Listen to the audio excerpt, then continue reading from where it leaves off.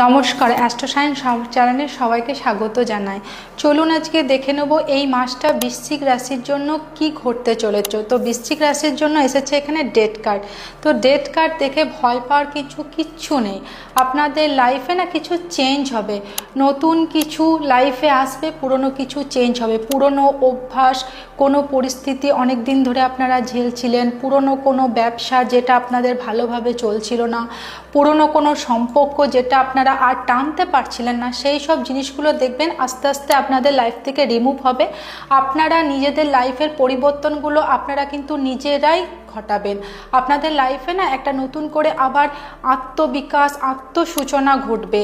তো আমি এখানে বলতে পারি যে আপনারা একটা কাজ করবেন, আপনারা নিজেদের শরীরের একটু খেয়াল রাখবেন। একটু মানসিক দুশ্চিন্তা হবে, কিন্তু সেই দিকটা একটু লক্ষ্য রাখবেন। ধীরে ধীরে দেখতে পাবেন আপনারা পুরনো জিনিসগুলোকে একদম পুরোপুরি ছেড়ে দিয়ে নতুন কিছু করার চেষ্টা ভাবনা করবেন। আপনাদের লাইফে নতুন কিছু ঘটবে। এই মাসটাতে আপনারা কিন্তু শিবের পুজো করবেন, শিবকে জল দেবেন। নমস্কার।